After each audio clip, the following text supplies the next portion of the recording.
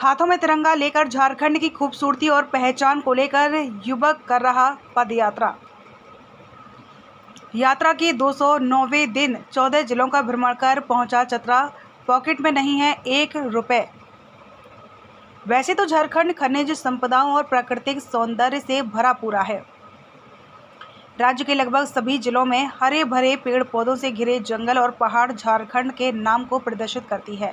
लेकिन राज्य में कई ऐसे पर्यटन स्थल और अन्य स्थान हैं जिन्हें दूसरे राज्य तो दूर अपने झारखंड के लोग ही नहीं मानते। इसके अलावा झारखंड के दिन पर दिन खोती संस्कृति को लेकर झारखंड के बोकारो जिले का एक युवा आर्य गुप्ता पूरे झारखंड राज्य का पैदल पदयात्रा कर रहा है। पदयात्रा का मुख्य उद्देश्य झारखंड के संस्कृति और पर्यटन स्थली के बारे में लोगों को बताना और जागरूक करना है। आर्य गुप्ता ने अपनी यह पदयात्रा 18 दिसंबर 2022 को शुरू की थी। आज पदयात्रा का 209वां दिन है और राज्य के 13 जिलों का भ्रमण कर आर्य गुप्ता आज चतरा पहुंचकर आर्य गुप्ता ने जिले के कुंदा, हंटरगंज और टंडवा प्रखंड का दौरा किया। जहां कुंदा प्रखंड में स्थित कुंदा किला का भ्रमण किया तो वहीं हंटरगंज प्रखंड में स्थित प्रसिद्ध कौलेश्वरी पर्वत का भी भ्रमण किया। इसके अलावा आर्य गुप्ता ने टंडवा प्रखंड में संचालित CCL की आम्रपाली कोल परियोजना के ओपन कास्ट माइंस का भी भ्रमण किया। यात्रा के दौरान तो बड़ी बात यह है कि आर्य गुप्ता के पॉकेट में 1 भी रुपया नहीं है। पॉकेट में 1 भी रुपये नहीं होने के बावजूद भी आर्य गुप्ता अब तक राज्य के 14 जिलों का भ्रमण कर चुके हैं। आर्य गुप्ता बताते हैं कि भले ही पॉकेट में 1 भी रुपये नहीं है, लेकिन लोगों की मदद और सहयोग से वे अपने दैनिक जरूरत को पूरा करते हुए राज्य के सभी जिलों का भ्रमण करने निकले हैं। आर्य ने बताया कि लोगों की मदद से भोजन मिल जाता है और रात में ठहरने के लिए मंदिर और धर्मशालाओं का सहारा लेना पड़ता है। चतरा से अमित कुमार सिंह की रिपोर्ट।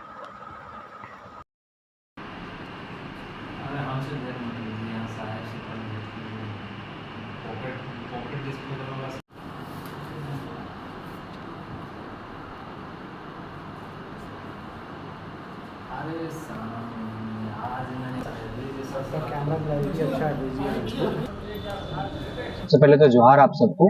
सर मेरा नाम आर्य गुप्ता हुआ, बोकारो जिला से जैना मोड़ से झारखंड के 2400 जिला में पैदल यात्रा कर रहा हूँ। इसके पीछे 2 उद्देश्य। पहला तो ये कि लोग झारखंड को जाने। जो लोगों को लगता है कि लोग झारखंड को तो जानते ही हैं, बट मैं बताना चाहता हूँ मैं चतरा में हूँ इस वक्त। मैं चतरा के किसी आम जनता से पूछता तो लोगों को चतरा के बारे में खुद नहीं पता जो कि झारखंड से है। तो झारखंड के बाहर में तो लोगों ने झारखंड को बहुत ज्यादा देखा नहीं और ना ही ज्यादा सुना है। जिसकी वजह से क्या होता है कि हमारे झारखंड के जो भी लोग बाहर काम करने के लिए गए या फिर बच्चे पढ़ने के लिए जाते हैं, कॉम्पिटिशन में जाते हैं, तो उनके साथ बड़ी मानसिक जो है प्रताड़ना उन्हें दी जाती है, जो कहीं ना कहीं मुझे लगता है कि हमारे लोगों को कमजोर करती है। और इसके पीछे हम किसी गवर्नमेंट का ये नहीं कहना चाहेंगे, बट हम कहना चाहेंगे हमारे आम लोगों का ही इसमें कहीं ना कहीं गलती हुआ, क्योंकि बहुत सारे सेलिब्रिटी हमारे झारखंड से बाहर निकले, वो कोई गवर्नमेंट नहीं थे। बहुत सारे पढ़े लिखे लोगों ने बाहर निकले यहाँ झारखंड से काम करने के लिए, तो उन्होंने कभी झारखंड की संस्कृति को बाहर में दिखाया नहीं या कभी उन्होंने जिक्र किया नहीं, जिसकी वजह से लोगों ने झारखंड को बहुत कम जाना है या फिर नहीं के बराबर भी जाना है। इसकी वजह से क्या होता है, झारखंडियों के प्रति जो है बड़ा दुर्व्यवहार होता है। यही चीजें बाहर के दूसरे राज्यों के लोगों ने किया है। जैसे आप महाराष्ट्र के मराठियों को देखिएगा, जब झारखंड आएंगे तो अपनी संस्कृति को प्रॉपर फॉलो करते हैं। साउथ इंडियंस के आते हैं तो साउथ इंडियन अपने कल्चर को बड़ी बखूबी जो है वो फॉलो करते हैं। तो ये चीजें कहीं ना कहीं रह गई थी। तो इस चीजों को मैं क्या कर रहा हूँ, झारखंड के 2400 जिले में घूम घूम करके जन जागरूक करके कि हमारे झारखंड में क्या है और क्या महत्ता है। भारत के अर्थव्यवस्था में भी 40% मिनरल हम सप्लाई कर रहे हैं। हमारे हर डिस्ट्रिक्ट की अपनी एक अलग पहचान है, वहाँ की कला संस्कृति अलग है, वहाँ के इतिहास अलग रही है। कई सारे रिवॉल्ट्स हमारे यहाँ से हुए हैं जिनको कभी भी शायद किताबों में जिक्र नहीं किया गया। सरकार की यहाँ पे मैं कमी समझ सकता हूँ, पर कहीं ना कहीं हम इसमें भी हमारे झारखंड के लोगों की जो है वो पहचान जो है धूमिल हो रही है इन चीजों की वजह से।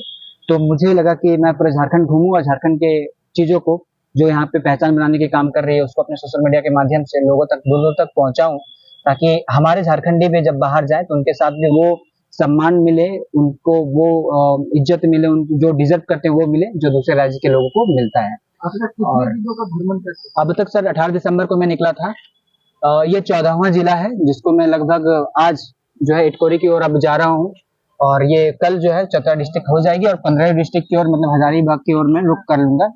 चौपारण से होते हुए फिर मैं आगे कोडरमा जाऊंगा जो कि 16वां डिस्ट्रिक्ट होगा, और फिर वापस बरी होते हुए हजारीबाग आऊंगा, और ऐसे करते करते जो भी मेरे और बाकी जिले बच गए उसको मैं करूंगा। इसके साथ साथ एक और पॉइंट से एड ऑन करना चाहता हूँ कि हमारे झारखंड की जो खूबसूरती है, पर्यटन स्थल अनटच्ड है, बिल्कुल अनटच्ड।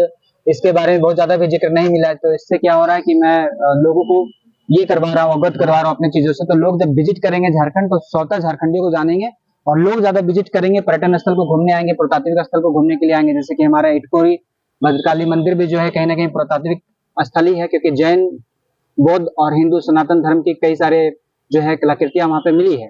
तो लोग जान पाएंगे तो लोग आएंगे, जब आएंगे बाहर से घूमने के लिए तो बाजार मार्केट बढ़ेगा और यहाँ के लोकल लोगों को भी रोजगार मिलेगा। इस कार्य हेतु जो है इस पूरे पद यात्रा को मैं कर रहा हूँ। चतरा में कब आए थे? चतरा में आज से 5 से 6 दिन पहले आया था। मैं कुंदा नरेश के कुंदागढ़ को देखने के लिए गया था, जिसकी अस्मिता लगभग धूमिल हो चुकी है। कई सारे लोगों को इनके बारे में जानकारियां नहीं है, कहीं किसी तरह से मुझे जानकारियां प्राप्त हो पाई कुंदागढ़ के बारे में। और वहां से जो है धीरे धीरे मैंने वहाँ पे ब्लॉग बनाया। उसके बाद फिर माता कोलेश्वरी मंदिर गया, जो कि शक्तिपीठ में तीसरे नंबर में आती है, माँ छिन्नमस्तिका के बाद, भद्रकाली के बाद कोलेश्वरी माता का। उसके बाद फिर मैं टंडवा की ओर गया, जहाँ पे एशिया का सबसे बड़ा जो है coal mines, open coal mines कहा जाता है, अमरपाली। इसके बाद टंडवा में ही चुंदरू धाम है, जहाँ पे मैं बताना चाहता हूँ वो केनियन है, जिस केनियन को देखने के लिए शायद आप विदेश जाते हैं, देश जाते हैं, बट अपने झारखंड की इस चतरा के धरती में आना भूल जाते हैं। तो इन सभी चीजों का जो है प्रचार प्रसार करना। देखिए, ये यात्रा जो है ना किसी के मदद से नहीं हो रहा है, ना ही किसी सरकारी तंत्र से या फिर ना ही किसी के संगठन विशेष के आर्थिक व्यवस्था को मदद दे रहा हूँ मैं, बल्कि मैं पूरे झारखंड के 3.5 करोड़ लोगों के लिए कर रहा हूँ। तो उनसे ही अपील कर रहा हूँ, पद यात्रा कर रहा हूँ, पैदल चल रहा हूँ। तो रात में रुकने की व्यवस्था जो है मंदिर धर्मशाला में, खाने पीने की जो है लोगों से ही पूछ लेता हूँ। मैं पैसे मांगता नहीं हूँ, पर स्वतः कोई दान करना चाहते हैं तो फिर मना भी नहीं करता हूँ, क्योंकि और भी सारी चीजें हैं। आज तकरीबन 209 दिन हो गए ऑन रोड मेरे चलते चलते। तो कई बार जूते फटे हैं, ये दूसरी नंबर के जूते हैं, ये भी फटने की कगार पे हैं, बैग भी फट रहा है, कई जोड़े कपड़े भी खत्म हो गए, तबियत भी लेकर के इश्यूज होती है। तो आम पब्लिक से जो है, क्योंकि आम पब्लिक के लिए कर रहा हूँ, जन जागरूक का काम कर रहा हूँ, तो उन्हीं से अपील होती है, उन्हीं से प्रार्थनाएं होती है। 20 में से कोई एक जो है हेल्प करने के लिए आगे आते भी हैं, और उम्मीद भी है। जी, क्योंकि मुझे लगता है कि ये जो पदयात्रा कर रहा हूँ ये सिर्फ आम पब्लिक के भरोसे में नहीं हो पा रहा है, क्योंकि कई सारे ऐसे जगहों पे मैं फंसा हूँ रात्रि होने के क्रम में। तो उस क्रम में जो है कहीं ना कहीं प्रशासन का रोल रहा है कि वो मुझे वहां से उठाई है, एटलीस्ट पानी तो पूछी है, और खाने के लिए भी पूछा है, भोजन पूछा है। ऐसे ही हंटरगंज में मेरे साथ हुआ था और टंडवा में भी हुआ। तो इन जगहों पे जो है प्रशासन आगे आकर के उन्होंने मदद की, तो ये मेरा भी फर्ज बनता है कि मैं उनको धन्यवाद कहूंगा। मैं एक बात क्लियर करना चाहता हूँ कि हमारे देश की जो नागरिक है वो समझती है कि प्रशासन हमारी दुश्मन है, मतलब, या फिर हम उससे डरेंगे। मुझे लगता है कि वो आपके मित्र हैं, वो आपके साथ शेयर की थी। और मुझे लगता है कि प्रशासन का भी इस मेरे पदयात्रा में थोड़ा बहुत तो कंट्रीब्यूशन है, क्योंकि वो कई महीने में वो मुझे भी जगहों के बारे में जानकारी दे रहे हैं, या फिर एक रात कम से कम रहने के लिए भी या खाने के लिए भी सुविधा दे दी है। That's a lot.